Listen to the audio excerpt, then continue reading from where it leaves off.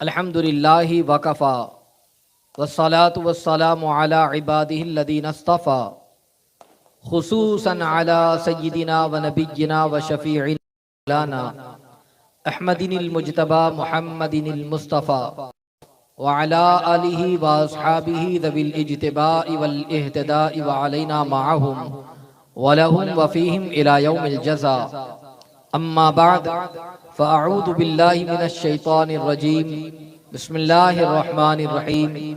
یا ایہا الذین آمنوا اتقوا اللہ وکونوا مع الصادقین صدق اللہ العظیم۔ میں جس طریقے سے پڑھا ہوں آپ تمامی حضرات عشق و مستی میں ڈوب کر بلند آواز سے پڑھیں۔ الصلاۃ والسلام علیک یا رسول اللہ، الصلاۃ والسلام علیک یا حبیب اللہ، الصلاۃ والسلام علیک یا نبی اللہ وعلی آلک واصحابک یا نور اللہ صلی اللہ تعالی علیہ وسلم۔ میں نے جس آیہ کریمہ کی تلاوت کا شرف حاصل کیا، اللہ جل شانہ اس کے متعلق مجھے حق کہنے اور آپ سب کو حق سننے اور ہم تمام کو اس پر عمل کرنے کی توفیق رفیق عطا فرمائے۔ میرے پیارے آقا علیہ السلام کی پیارے دیوانوں، آج ہم سب پیران پیر دستگیر رضی اللہ المولا تبارک و تعالی عنہ کی بارگاہ میں خراج عقیدت پیش کرنے کی غرض سے حاضر ہوئے ہیں۔ اللہ رب العزت ہمارا آنا قبول فرمائے اور مولا تبارک و تعالی ہم تمام کو سرکار غوث اعظم رضی اللہ المولا تبارک و تعالی عنہ کی سچی پکی محبت نصیب فرمائے، آپ کے فیضان کرم سے مالا مال فرمائے اور آپ کے بتائے ہوئے طریقے پر اپنی زندگی گزارنے کی توفیق عطا فرمائے۔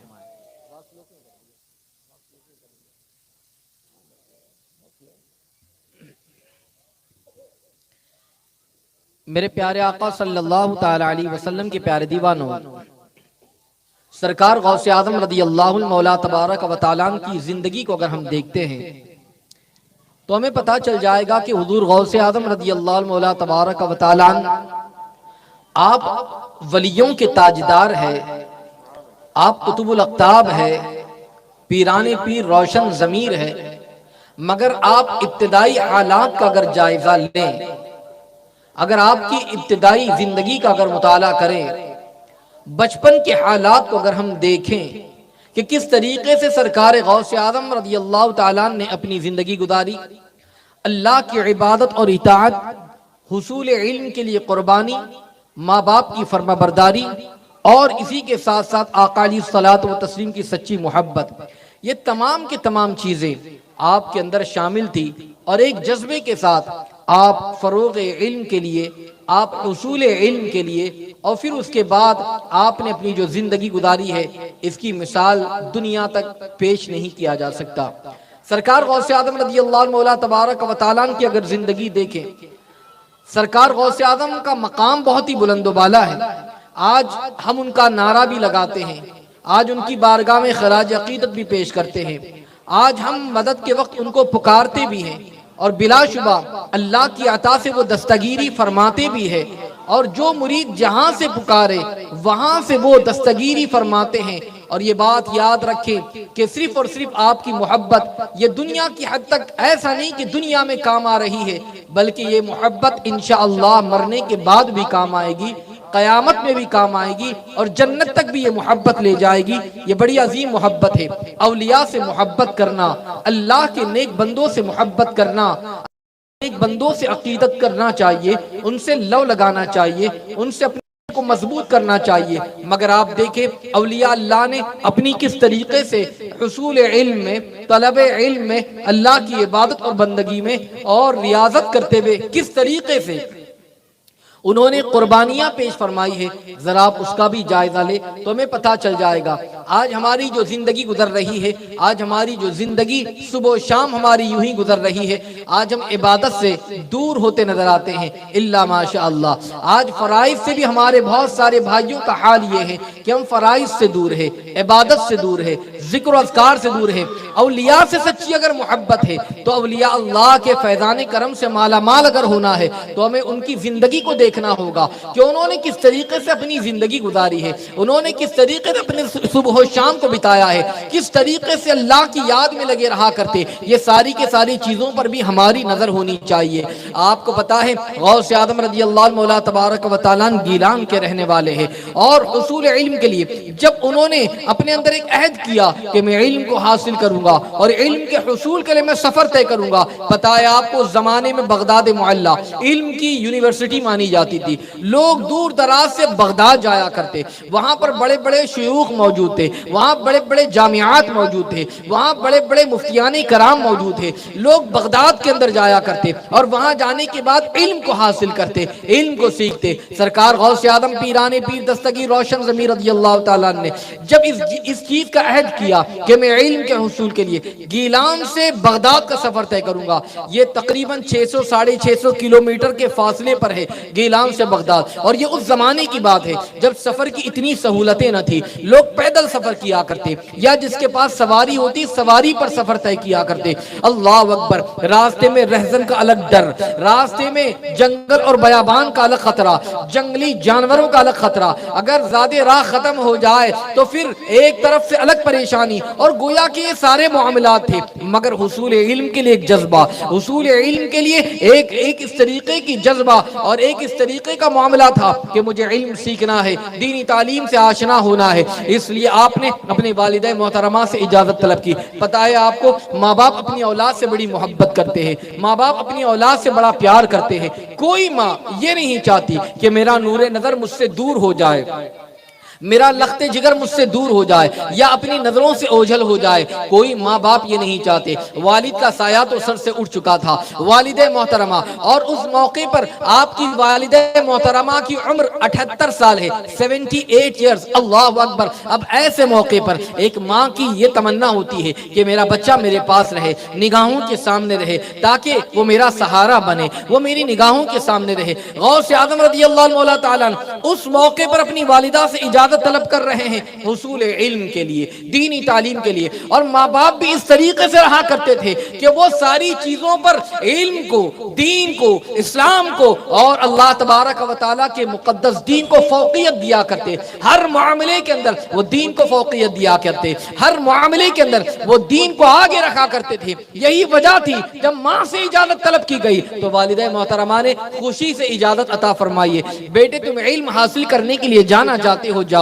بالکل میری طرف سے اجازت ہے۔ اور آپ جانتے ہیں بغداد کا سفر طے کرنا ہے، اللہ اکبر، ایک قافلہ جانے والا ہے۔ سرکار غوث اعظم رضی اللہ عنہ مولا تبارک و تعالیٰ نے سوچا کہ چلو اس قافلے کے ساتھ میں شامل ہو جاتا ہوں تاکہ گیلان سے بغداد کا سفر طے کر لیا جائے اور پھر بغداد پہ جانے کے بعد علم کو حاصل کیا جائے۔ اللہ اکبر، والدہ سے اجازت لی گئی، ماں بھی ہوا کرتی تھی تو انہوں نے اجازت دے دی۔ اب آج میں آپ کو یہاں پر رہ کر یہاں پر ایک بات بتانا چاہتا ہوں، آج ہمارے ماں باپ کا حال کیا ہے۔ ہم اپنی اولاد کو یہ تو چاہتے ہیں کہ میرا بچہ یہ نمازی بن جائے، میرا بچہ ماں باپ کی فرمانبرداری بھی کرے، میرا بچہ شرارت بھی نہ کرے، میرا بچہ بہت نیک بن جائے، بہت عبادت گزار بن جائے، مسجد میں جانے والا بن جائے۔ یہ ساری ہر ماں باپ کی خواہش ہوتی ہے، مگر کیا کبھی ہم نے اپنے بچوں کے تربیت پر کبھی غور کیا کہ ہم چاہتے تو یہ ہے کہ میرا بچہ نمازی بنے، نیک بنے اور اچھا بنے۔ چلو آؤ میں اپنے بچے کی تربیت تو کروں، میں اپنے بچے کو مسجد سے قریب تو کروں، بچے کو قرآن کی تعلیم تو دوں،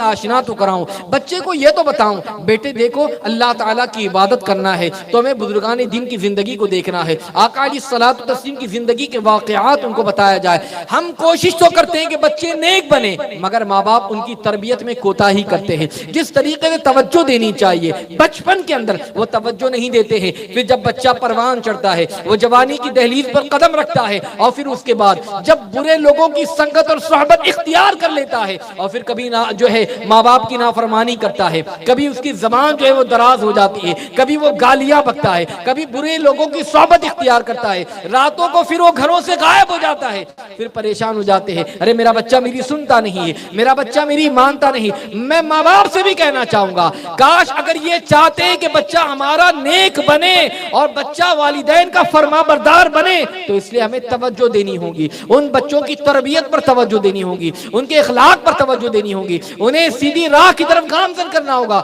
یہ ذمہ داری ہماری بنتی ہے، اور جب اس طریقے سے ہم کوشش کریں گے تو پھر انشاءاللہ العظیم جب بچہ دین سے قریب ہوگا، جب بچہ دینی تعلیم سے قریب ہوگا، جب بچہ اسلامی تعلیم سے قریب ہوگا، قرآن پڑھے گا، جب بچہ مسجد کی طرف رخ کرے گا، جب بچہ سنی دعوت اسلامی کے اجتماع میں آئے گا، جب بچہ جشن غوث الورا میں جائے گا، جب بچہ جشن خیر الورا میں جائے گا، جب بچہ ایسے جو ہے اجتماعات کے اندر شرکت کرے گا، اور وہاں آنے کے بعد جب اپنے اولیاء، جب اپنے بزرگان دین، اپنے اسلاف کرام اور اپنے بڑوں کی زندگی کو پڑھے گا یا سنے گا، تو یاد رکھے پھر اس کے دل پر بھی اثر پڑے گی بات کہ ہاں ہمارے بزرگوں نے زندگی کیسی گزاری ہے، ہمیں کس طریقے سے اپنی زندگی گزارنی ہے۔ تو اس لیے ماں باپ کی ایک ذمہ داری بنتی ہے کہ وہ اپنے بچوں کی اصلاح کرے اور اس کی کوشش کرے۔ اب یہاں پر دیکھیں والدہ نے اپنے بچے کے لیے غوث اعظم پیران پیر دستگیر کے لیے جب انہوں نے حصول علم کے لیے اجازت طلب کی ہے تو غوث اعظم کی والدہ نے اجازت دے دی ہے۔ ایسے موقع پر کہا ہاں بیٹے جاؤ، یہ کتنی بڑی قربانی ہے، یہ ایک ماں جانتی ہے اپنے بچے کو اپنے سے دور کرنا یہ کس طریقے سے گزرتا ہے، یہ ماں جان سکتی ہے۔ اتنی زیادہ مشقت کہ اس زمانے کے اندر، آج تو سہولتیں ہیں، آج لوگ اگر بات کرنا چاہے تو موبائل سے بات کر سکتے ہیں، دیکھنا چاہے تو ہم ویڈیو کال کر سکتے ہیں، مگر اس زمانے میں ایسی کوئی سہولت تو نہ تھی، بلکہ لوگ دور دراز تک چلے جایا کرتے تھے۔ اللہ اکبر، علم کے حصول کے لیے ماں باپ نے جو قربانیاں پیش فرمائی ہے جس کا نتیجہ ہے آپ دیکھیں والدہ ام الخیر نے اجازت دی ہے، غوث اعظم پیران پیر دستگیر رضی اللہ تعالیٰ عنہ اس قافلے کے ساتھ شریک ہو جاتے ہیں۔ اب جب بیٹے جانے لگ گئے تو ماں نے کہا کہ اللہ اکبر، باپ کے ترکے کے اندر سے جو چند دینار ملے تھے، 80 دینار غالباً تھے، جس میں 40 بڑے بیٹے کے حوالے اور 40 غوث اعظم رضی اللہ تبارک و تعالیٰ کے حوالے کیا، بیٹے یہ رکھ لو، تمہارے سفر میں کام آ جائیں گے۔ اور روایتوں میں بھی آتا ہے کہ آپ نے آپ کی گدڑی کے اندر اسے سل دیا اور بیٹے کو جاتے جاتے نصیحت کیا، اے میرے بیٹے، اے عبد القادر، کیسا ہی معاملہ کیوں نہ ہو جائے، کیسی پوزیشن کیوں نہ آ جائے، کیسا ہی وقت کیوں نہ آ جائے، مگر کبھی بھی جھوٹ نہ بولنا، سچ کا دامن نہ چھوڑنا، ہمیشہ سچ بولنا۔ یہ ماں کی تجھے نصیحت ہے، یہ ماں کے پیغام کو اپنے سینے میں محفوظ کر لو، اپنے دل کے اندر لکھ لو، اس لیے کہ ہمیشہ سچ بولنا، جھوٹ کبھی نہ بولنا۔ ماں جب اپنے بچے کو ایسی نصیحت کریں گی تو یاد رکھ لیجئے پھر بچے پر وہ نصیحت اثر بھی کرے گی اور اس کی برکتیں بھی اس بچے کو حاصل ہوں گی۔ صرف بچے کو حاصل نہ ہوں گی بلکہ اس کی برکتیں اور اس کی فضیلتیں لوگوں تک پہنچتی نظر آئیں گی، اور کس طریقے سے میں آپ کو بتانا چاہوں گا۔ اللہ اکبر، یہ ماں باپ کی ذمہ داری ہوتی ہے کہ بچے کو اچھی تعلیم دے، بچے کو اچھی نصیحت کرے، بچے کو اچھی باتیں بتائے، انہیں نیک راہ کی طرف گامزن کرے، انہیں سچ بات کی تلقین کرے، انہیں اچھائی کی طرف بلائیں۔ اور جب اس طریقے سے ماں باپ اس چیز کی کوشش کرتے ہیں تو یاد رکھ لیجئے بیٹے، جب بچہ ہوتا ہے، جو چھوٹا بچہ ہوتا ہے، اس کا ذہن سادہ ورق کی طرح ہوتا ہے، جو کچھ اس کے ورق پر لکھ دو بس وہ اسی میں چھپ جاتا ہے۔ ہم اپنے بچوں کو جھوٹ بتاتے ہیں، ہم اپنے بچوں کو فلمیں دکھاتے ہیں، ہم اپنے بچوں کو اسٹوری سناتے ہیں، ہم اپنے بچوں کو سیریل دکھاتے ہیں۔ یہ سارے کارٹون کو دیکھ کر، یہ سیریل کو دیکھ کر، یہ ان کی زندگیوں کو دیکھ کر پھر بچے جو ہوتے ہیں وہ اسی کو اپنا آئیڈیل بناتے ہیں اور اسی طریقے اور اسی طرز پر اپنی زندگی گزارنے کی کوشش کرتے ہیں اور اسی راستے پر چلنے کی کوشش کرتے ہیں۔ پھر یاد رکھ لیجئے پھر گناہ کی طرف جاتے ہیں، برائی کی طرف جاتے ہیں، بے حیائی کی طرف جاتے ہیں۔ یاد رکھ لیجئے پھر ماں باپ سے بہت دور ہو جاتے ہیں۔ جب ماں باپ بچوں کی تربیت ایسی کرے کہ بیٹے قرآن میں یہ لکھا ہے، بیٹے بزرگان دین نے زندگی ایسی گزاری ہے، تمہیں زندگی ایسی گزارنی ہے، جب اس طریقے کی تعلیم ہوگی تو یاد رکھ لیجئے یہ ماں باپ کے لیے بھی بھلا ہوگا، اس کی اولاد کے لیے بھی بھلا ہوگا۔ اے میرے آقا علیہ السلام کے پیارے دیوانو، جب ماں نے نصیحت کی بیٹے کوئی بھی وقت آ جائے جھوٹ نہ بولنا، ہمیشہ سچ بولنا، غوث اعظم نے پکا وعدہ کر لیا، ہاں ماں آپ کہتی ہے میں آپ سے وعدہ کرتا ہوں میں کبھی جھوٹ نہ بولوں گا، ہمیشہ سچ بولوں گا۔ اللہ اکبر، اب دیکھیں آپ نے وعدہ کر لیا ہے اور غوث اعظم چلے اور اس قافلے کے ساتھ شامل ہو گئے اور وہ قافلہ چلتا بنا یہاں تک کہ بغداد کی طرف جانا ہے۔ وہاں سے گیلان سے ہمدان تک تو کوئی مسئلہ نہ رہا، خیریت کے ساتھ میں وہ قافلہ وہاں تک پہنچا، مگر جب اس کے آگے کا علاقہ جب آیا ہے، وہ چوروں کا علاقہ تھا، وہ رہزن کا علاقہ تھا، وہ ڈاکوؤں کا علاقہ تھا، وہ لٹیروں کا علاقہ تھا۔ اللہ اکبر! جب وہ قافلہ وہاں پر پہنچا، سارے کے سارے ڈاکوؤں نے قافلے والوں کے مال اور اسباب کو لوٹنا شروع کر دیا، سامان کو لوٹنا شروع کر دیا، حتیٰ کہ جس کے پاس جو کچھ تھا مال لوٹ لیا گیا، پیسے لوٹ لیے گئے، کپڑے لوٹ لیے گئے، گویا کہ سامان ہر چیز کو لوٹ لوٹ کر جو ہے پہاڑ کی تھوڑی اونچائی پر جو اس کا سردار تھا، بس وہاں پر جا کر سارے سامان کو ڈھیر کرتے جاتے اور سارے کے سارے قافلے والوں سے مال اور اسباب کو لوٹتے جاتے۔ اللہ اکبر! غوث اعظم ایک طرف کھڑے ہیں، یہ منظر کو دیکھ رہے ہیں، یہاں تک کہ ان چوروں نے جب ان تمام کی تمام لوگوں کے مال اور اسباب کو لوٹنا شروع کیا اور مال اور اسباب کو لوٹتے رہے، ایک چور آپ کے پاس بھی آتا ہے، کہتا ہے لڑکے بتاؤ کیا تمہارے پاس بھی کچھ ہے؟ اللہ اکبر! غوث اعظم نے اپنی ماں سے وعدہ کیا تھا اور سچا وعدہ کیا تھا، پکا وعدہ کیا تھا۔ وعدہ یہ تھا امی میں کبھی جھوٹ نہ بولوں گا، میں ہمیشہ سچ بولوں گا۔ جب چور نے آ کر پوچھا، غوث اعظم نے فرمایا ہاں ہاں میرے پاس بھی 40 دینار موجود ہے۔ اللہ اکبر! وہ سمجھنے لگا یہ بچہ ہے، یہ یوں ہی مذاق کر رہا ہوگا، وہ چلا گیا۔ یہاں تک کہ تھوڑی دیر کے بعد دوسرا چور آیا اور وہ آنے کے بعد وہ ڈاکو کو پوچھنے لگتا ہے اے لڑکے بتاؤ کیا تمہارے پاس بھی کچھ ہے؟ اللہ اکبر! غوث اعظم نے اسے بھی سچ سچ کہہ دیا، ہاں میرے پاس 40 دینار ہے جو میری والدہ نے مجھے دیے ہیں۔ اللہ اکبر! وہ بھی یوں ہی سمجھا اور بات چلا گیا، یہاں تک کہ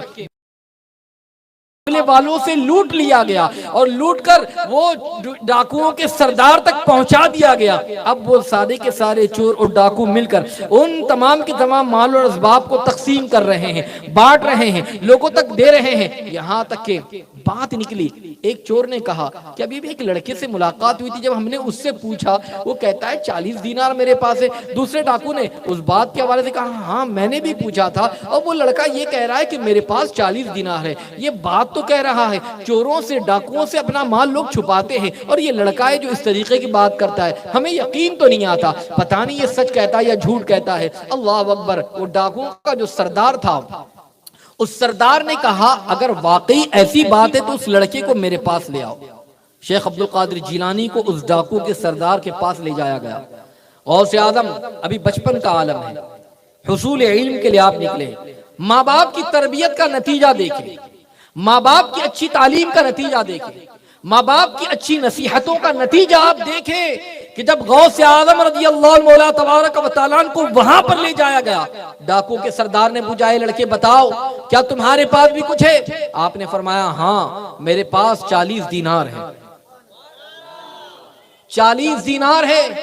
اس نے کہا واقعی 40 دینار ہے؟ ہاں میری والدہ نے میری گدڑی میں سل دیے ہیں۔ اچھا ہے تو ذرا بتاؤ۔ غوث اعظم نے نکالا، 40 دینار سامنے رکھ دیا۔ وہ ڈاکو کا سردار حیران ہے کہ لوگ تمہیں معلوم نہیں، ہم نے پورے قافلے والوں کو لوٹ لیا ہے، سب کے مال اور اسباب کو لوٹ لیا اور تمہیں تو پوچھا بھی نہیں گیا تھا، تمہیں تو تمہارے پاس کوئی آیا بھی نہیں، مگر کیا وجہ ہے کہ تم سچ بتا رہے ہو؟ لوگ ڈاکوؤں سے اپنے مال کو چھپاتے ہیں تاکہ مال بچ جائے اور تم مال کو بتا رہے ہو، لوگ ہمارے سامنے اس کی وضاحت کر رہے ہو کہ ہاں 40 دینار ہے۔ اس کی وجہ کیا ہے؟ اس کا سبب کیا ہے؟ تم نے مال چھپایا کیوں نہیں؟ تم نے جھوٹ بولا کیوں نہیں؟ تم اس بات کو سچ کیوں بتا رہے ہو؟ اس کی وجہ کیا ہے؟ اللہ اکبر! اب جواب سنیے،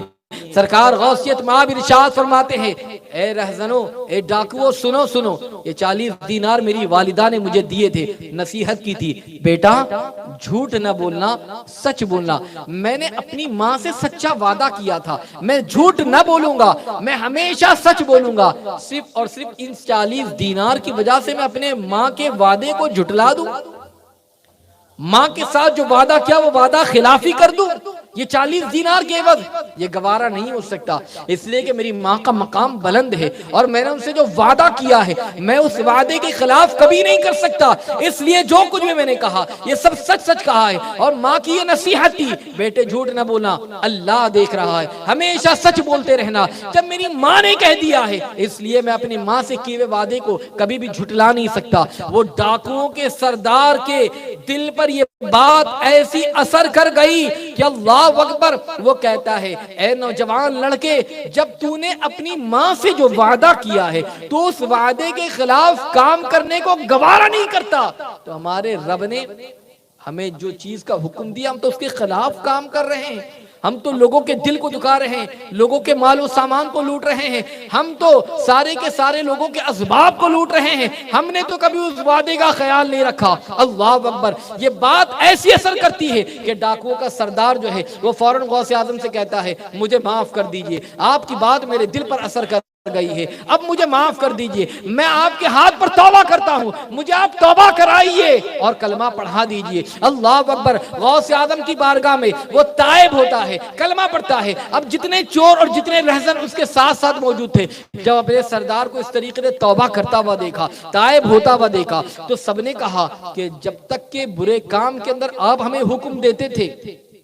یا آپ ہمارے پیشوا تھے، ہم آپ کے پیچھے پیچھے چل رہے تھے، اب آپ نے توبہ کر لی ہے تو ہم بھی آپ کے ساتھ اور آپ کے پیچھے پیچھے توبہ کرتے ہیں، گویا کہ ہمارے سردار نے توبہ کی، ہم سب توبہ کرتے ہیں۔ غوث پاک کے ہاتھ میں سب نے توبہ کی ہے۔ میرے آقا علیہ السلام کے پیارے دیوانوں، یہاں پر بتانا یہ چاہوں گا، آپ دیکھیں سچ کی ایک تو برکت کہ سچ بولنے کا فائدہ یہ ہوا کہ جب غوث اعظم نے سچ کہا تو جس کی وجہ سے سارے کے سارے ڈاکوؤں نے توبہ کر لی ہے، اپنے گناہ سے توبہ کر لی، برائی سے توبہ کر لی، نادم اور شرمندہ ہو گئے کہ آئندہ کبھی ہم یہ کام نہ کریں گے، یہ برا کام نہ کریں گے، بلکہ جن جن لوگوں کے جو سامان کو انہوں نے لوٹا تھا وہ سارے کے سارے قافلے والوں کے سامان کو انہوں نے واپس کر دیا ہے۔ سبحان اللہ، اس سے اس بات کا اندازہ لگائیے کہ آپ نے سچ کہا، سچ کی برکت یہ ہوئی کہ سارے کے سارے لوگوں کے سامان ان تک پہنچ گئے۔ غوث اعظم کی بارگاہ میں اس نے توبہ کی، صرف ڈاکو نہیں بلکہ ڈاکوؤں کے سردار نے توبہ کی،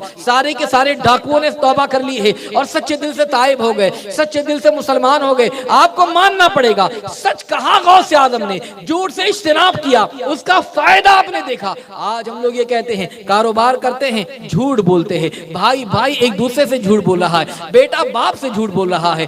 باپ بیٹے سے جھوٹ بول رہا ہے، ماں بیٹی سے، اللہ ماشاءاللہ۔ جب یہ کیفیت بن جاتی ہے، معاشرے اور سوسائٹی کا حال یہ ہے، ہر ایک دوسرے سے جھوٹ بولتا نظر آ رہا ہے۔ کیا کہتے ہیں؟ جھوٹ نہیں بولیں گے تو کام نہیں چلے گا، جھوٹ نہیں بولیں گے تو کاروبار نہیں ہوگا، جھوٹ نہیں بولیں گے تو دھندا نہیں چلے گا، جھوٹ نہیں بولیں گے تو کام نہیں بنے گا، یہ سب کچھ کرنا پڑتا ہے۔ یاد رکھ لیجئے، اگر واقعی جھوٹ بولنے پر فائدہ ہوتا تو یاد رکھ لیجئے وہاں فائدہ ہونا چاہیے تھا، مگر سچ کی برکت اور سچ کا فائدہ یہ آپ کے اور ہمارے سامنے ہے۔ غوث اعظم نے سچ کہا، اس کا فائدہ یہ ہوا کہ ڈاکوؤں کے قافلے والوں نے توبہ کر لی ہے، اور صرف توبہ نہ کی بلکہ آئندہ کی جو زندگی ان کی گزری ہے وہ عبادت میں گزری ہے، بندگی میں گزری ہے۔ اور پھر اس کے بعد بیان کیا جاتا ہے کہ غوث اعظم کی نظر ان پر پڑ گئی ہے، وہ سارے کے سارے ڈاکو ولی بنتے نظر آئے ہیں۔ یہ سچ کی برکت ہے، اور یہ سچ کہا، ماں نے جاتے جاتے کہا تھا بیٹا عبد القادر کوئی بھی وقت آ جائے جھوٹ نہ بولنا، ہمیشہ سچ بولنا۔ ماں کی نصیحت نے یہ کام کیا۔ میں ماؤں سے کہنا چاہوں گا، میں پردے میں رہ کر سننے والی ان خواتین سے کہنا چاہوں گا، یاد رکھ لیجئے اپنے بچوں کو تعلیم دے تو اچھی تعلیم دے، صرف اسکول پر ڈیپینڈ نہ کرے کہ میرا بچہ اسکول جاتا ہے، ہاں اسلامی اسکول میں بھی جاتا ہے، وہاں جا کر سیکھ کر آتا ہے، وہ ساری چیزیں سیکھتا ہے، ماں کی گود کو بھی تو پہلی درسگاہ قرار دیا گیا ہے۔ ماں اپنے بچوں کی تربیت نہیں کرتی ہے، ماں جب اپنے بچوں کو تعلیم اور تربیت کا خیال کرے گی تو یاد رکھ لیجئے پھر بیٹے پر وہ اثرات مرتب ہوں گے۔ مائیں آج اس چیز سے دور ہے۔ میں گزارش کرنا چاہوں گا ان ماؤں سے کہ اگر چاہتے کہ بیٹا نمازی بنے، بیٹا پرہیزگار بنے، بیٹا متقی بنے، بیٹا نیک بنے، بیٹا عبادت گزار بنے، بیٹا مسجد میں جانے والا بنے، تو اس ماں کی ذمہ داری یہ بنتی ہے کہ بیٹے کی تعلیم کا خیال بھی رکھے، بیٹے کی تربیت کا خیال بھی رکھے، انہیں ہمیشہ اچھی تعلیم دے۔ بیٹے جھوٹ نہ بولنا، بیٹے سچ بولنا، ہمیشہ اپنے دل میں اللہ کا ڈر رکھو، نماز کی طرف اس کو مائل کرو، جو ہے عبادت کی طرف اسے مائل کرو، انہیں اچھی اچھی باتیں بتاؤ۔ آپ کو نہیں معلوم، اولیاء کی زندگی دیکھیں تو آپ کو پتہ چل جائے گا کہ ماں باپ اپنی اولاد کی تعلیم اور تربیت میں کیسی توجہ کرتے تھے، اور جب یہ توجہ ہوتی تو یاد رکھ لیجئے اس کا نتیجہ یہ ہوتا کہ بیٹا پھر ولی بنتا نظر آتا، بیٹا پرہیزگار متقی بنتا نظر آتا، قوم کا امام بنتا نظر آتا۔ یہ سب ماں باپ کی تربیت کا نتیجہ تھا۔ مائیں دعا کر دیتی تو بیٹوں کی قسمتیں سنور جایا کرتی تھی۔ اس لیے یہ ذمہ داری ہماری بنتی ہے، اور میں اپنے قوم کے نوجوانوں سے کہنا چاہوں گا کہ وہ ماں باپ کی اطاعت کرے، ماں باپ کی باتوں کو مانے۔ ان کی بھی ذمہ داری بنتی ہے کہ ماں باپ باپ کی تمام باتوں کو بغیر چوں چرا کے قبول کرے، اس لیے کہ ماں باپ جو ہوتے ہیں وہ اپنی اولاد کا اچھا چاہتے ہیں اور ان کی اپنی اولاد کو پروان چڑھانا چاہتے ہیں۔ جب وہ یہ چاہتے ہیں کہ میرا بچہ نیک بنے، میرا بچہ اچھا بنے، نمازی بنے، عبادت گزار بنے، اللہ کا مقرب بندہ بنے، تو اس لیے ماں باپ بھی یہ چاہتے ہیں۔ اب اولاد کی ذمہ داری بھی ہوتی ہے کہ ماں باپ کی فرما برداری کرے، ان کے سامنے اف تک نہ کرے، ان کے سامنے اونچی آواز میں بات نہ کرے، وہ جس چیز کا حکم دے اگر وہ چیز اسلامی چیز ہے، شریعت کے مطابق ہے، اس چیز کو بغیر چوں چرا کے قبول کر لے، ان چیزوں کو مانتے رہے۔ یاد رکھے اس کا فائدہ بھی آپ کو ہوگا، اس لیے کہ ماں باپ کی اطاعت سے اللہ تبارک و تعالیٰ کی رضا حاصل ہو جائے گی۔ ماں باپ کی خوشنودی میں اللہ اور اس کے رسول کی رضا ہے، اگر ماں باپ کو ناراض کیا، اب دنیا بھر کو خوش کرتے رہے، کچھ فائدہ نہیں ہونے والا ہے۔ ماں باپ کو خوش رکھے۔ حضرت بریدہ رضی اللہ تعالیٰ صحابی رسول بیان کرتے میں ایک مرتبہ مجلس رسول میں حاضر تھا، آقا کریم صلی اللہ علیہ وسلم موجود ہے، صحابہ موجود ہے، اللہ اکبر، ایک صحابی کھڑے ہوتے ہیں، عرض کرتے ہیں یا رسول اللہ صلی اللہ تعالی علیہ وسلم، میری ماں ضعیف ہے، میری ماں بوڑھی ہو چکی ہے، میری ماں ضعیفہ ہے، اور میں نے میری ماں کو ایسے جگہ پر 6 میل کا سفر طے کیا ہے، کاندھوں پر بٹھا کر، ایسے سخت اور پتھریلی زمین اور ایسی دھوپ کی وادی کے اندر، اتنی شدت کی چلچلاتی دھوپ، اور وہ بھی عرب کی دھوپ کہ ہر جو جا چکا ہے اس کو اس چیز کا اندازہ ہوگا، ایسی چلچلاتی دھوپ کے اندر میں نے اپنی ماں کو کاندھے پر بٹھا کر 6 میل کا سفر طے کیا ہے کہ اگر اس چلچلاتی دھوپ میں جو پتھر ہے، اس پتھر پر اگر کچا گوشت رکھا جائے تو وہ بھی پک کر کباب بن جائے، ایسی چلچلاتی دھوپ کے اندر میں نے اپنی ماں کو اپنے کاندھے پر بٹھایا، کاندھے پر بٹھا کر 6 میل کا سفر طے کیا ہے۔ یا رسول اللہ صلی اللہ علیہ وسلم، کیا ایسا سفر میں نے اپنی ماں کے ساتھ طے کیا؟ ماں کی ایسی خدمت کی ہے، کیا میں نے میری ماں کا حق ادا کر دیا؟ وہ صحابی پوچھ رہے، کس سے پوچھ رہے؟ معلم کائنات سے پوچھ رہے، کیا میں نے اپنی ماں کا حق ادا کر دیا؟ آج مہینے کی 2-3 ہزار روپیہ دے کر ہم یہ سمجھتے ہیں ماں باپ کا ہم نے حق ادا کر دیا۔ کبھی اگر بیمار ہو جائے تو ایک وقت کی دوائی دلا کر ہم نے یہ سمجھ لیا کہ ہم نے ماں باپ کا حق ادا کر دیا۔ یاد رکھو، اگر واقعی آپ یہ سمجھتے، اگر ہم یہ سمجھتے ہیں کہ ہاں 2 وقت کی روٹی کھلا کر ہم نے احسان کر دیا ہے، ماں باپ کا ہم نے حق ادا کر دیا، تو سنیں، ایسی پتھریلی زمین کہ جس پر کچا گوشت رکھا جائے تو پک کر کباب بن جائے، ایسی زمین پر چل کر وہ صحابی کہتے ہیں 6 میل کا میں نے سفر کیا، کیا حضور میں نے اپنی ماں کا حق ادا کر دیا؟ آقا علیہ السلام نے فرمایا، اے میرے صحابی سنو، جب تمہاری پیدائش ہونی تھی نا، اور اس موقع پر جو تمہاری ماں کو درد کے جو جھٹکے محسوس ہو رہے تھے، جو درد کی کیفیت سے وہ گزر رہی تھی، یاد رکھو اس درد کی کیفیت اور اس جھٹکے کو جو محسوس کر رہی تھی، شاید کہ اس کے ایک جھٹکے کا تم نے حق ادا کیا ہو۔ اللہ اکبر، تم یہ سمجھتی ہو کہ میں نے ماں کا حق ادا، تم یہ سمجھتے ہو کہ میں نے ماں کا حق ادا کر دیا، یاد رکھو تم نے اپنی ماں کا حق ادا نہیں کیا ہے، حق ادا نہیں کیا۔ آج اگر ہم یہ چاہتے ہیں کہ ہم اگر نیک بن جائیں تو یاد رکھ لیجئے اس میں ماں باپ کی دعاؤں کا بڑا اثر ہے، ماں باپ کی دعاؤں کا بڑا دخل ہے، اس لیے ہمیں چاہیے کہ ہم ماں باپ کی اطاعت کریں، ماں باپ کی فرما برداری کریں، ماں باپ کے احکام پر عمل کریں، ان کے بتائے ہوئے طریقے پر اپنی زندگی کو گزاریں۔ اگر ان کو راضی کرو گے انشاءاللہ رب کی رضا حاصل ہو جائے گی۔ کیا آپ کو نہیں معلوم غوث اعظم نے اپنی ماں باپ کو، ماں کی اطاعت کی، ماں کی بتائے ہوئے باتوں کو عمل میں لایا، تو یاد رکھ لیجئے جس کی وجہ سے کیسا انقلاب پیدا ہوا ہے۔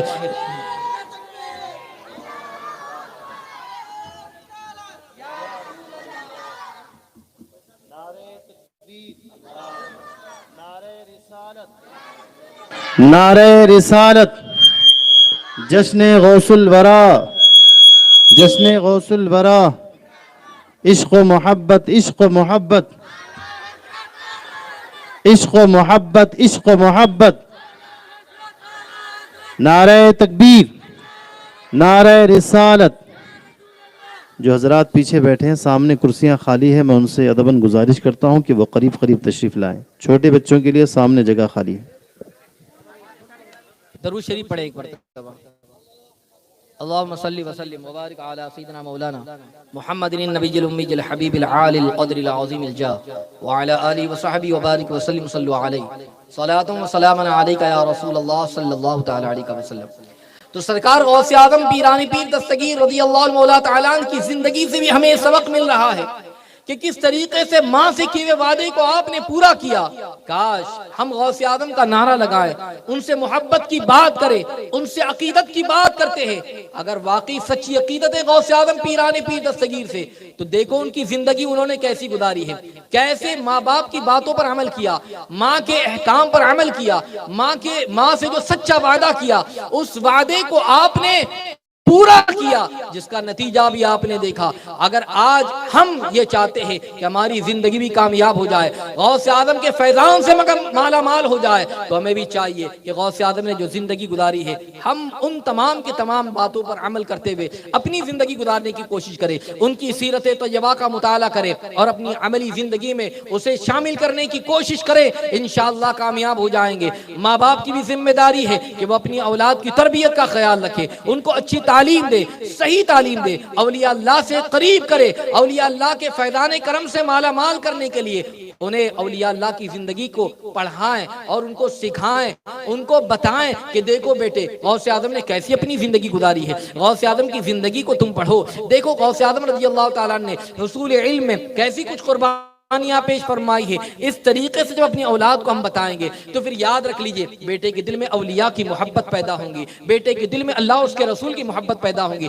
جب بچہ اللہ اور اس کے رسول سے محبت کرے گا تو یاد رکھ لیجئے پھر اللہ اور اس کے رسول سے محبت کرنے والا بچہ ماں باپ کا باغی کبھی بھی نہیں ہوگا، ماں باپ کا نافرمان کبھی بھی نہیں ہوگا۔ اور اولاد کے لیے بھی ذمہ داری ہے، اولاد کے اوپر بھی یہ لازم اور ضروری ہے کہ وہ اپنی زندگی گزارے تو یاد رکھ لیجئے اللہ اور اس کے رسول کی اطاعت کرتے ہوئے ماں باپ کی فرما برداری کرے، ماں باپ کی اطاعت کرے، ماں باپ کے سامنے بالکل بھی زبان درازی نہ کرے، اف تک نہ کرے، بلکہ ماں باپ کو خوش کرنے کی کوشش کرتے رہے، ہمیشہ ان کی دعائیں لیتے رہے۔ آپ دیکھیں ایسے بہت سارے اولیاء کی زندگی ملتی ہے کہ اگر ان کو ولایت ملی ہے تو ماں کی دعاؤں سے ولایت ملی ہے۔ یاد رکھ لیجئے ماں کی دعا بڑا اثر رکھتی ہے، ماں کی دعا سے بندہ اللہ کا محبوب ہو جاتا ہے، ولی بن جاتا ہے۔ تو یاد رکھ لیجئے ماں باپ کی دعائیں یہ جو ہے معمولی دعائیں نہیں ہے، اس لیے ہمیں چاہیے کہ اگر کامیاب بننا ہے، جب انسان ولی بن سکتا ہے ماں باپ کی دعا سے تو پھر اس کے رزق میں برکت کیسے نہیں ہو سکتی، اس کی بیماری ختم کیسے نہیں ہو سکتی، اس کی پریشانیاں دور کیسے نہیں ہو سکتی، اس کی تکلیفیں ختم کیسے نہیں ہو سکتی، اس کی آخرت صبر کیسے نہیں سکتی ہے۔ یاد رکھ لیجئے بچے کے حق میں ماں باپ کی دعائیں قبول ہوتی ہے، اس لیے اپنے ماں باپ سے دعائیں لو، اور دعائیں کب ہوگی؟ جب آپ ماں باپ کو خوش کرو گے، ان کو راضی کرنے کی کوشش کرو گے، اس لیے ماں باپ کو راضی کرو، انشاءاللہ کامیاب اور کامران ہو جاؤ گے۔ اللہ رب العزت ہم تمام کو والدین کی اطاعت کرنے کی توفیق عطا فرمائے، اللہ تبارک و تعالی ہم تمام کو اولیاء اللہ کے نقش قدم پر چلنے کی توفیق عطا فرمائے، سرکار غوثیت مآب کے فیضان سے مالا مال فرمائے، اور ان کی سیرت طیبہ کو سننے کے بعد ہمیں اپنے اعتبار سے عمل کرنے کی توفیق عطا فرمائے، غوث اعظم پیران پیر دستگیر کا صدقہ عطا فرمائے، اور ان کے صدقے ہم تمام کی ایمان عمل عقیدے کی حفاظت فرمائے۔ استغفر اللہ العظیم الذي لا الہ الا هو الحي القيوم واتوب الیہ وما علینا الا البلاغ المبین۔ السلام علیکم ورحمۃ اللہ وبرکاتہ۔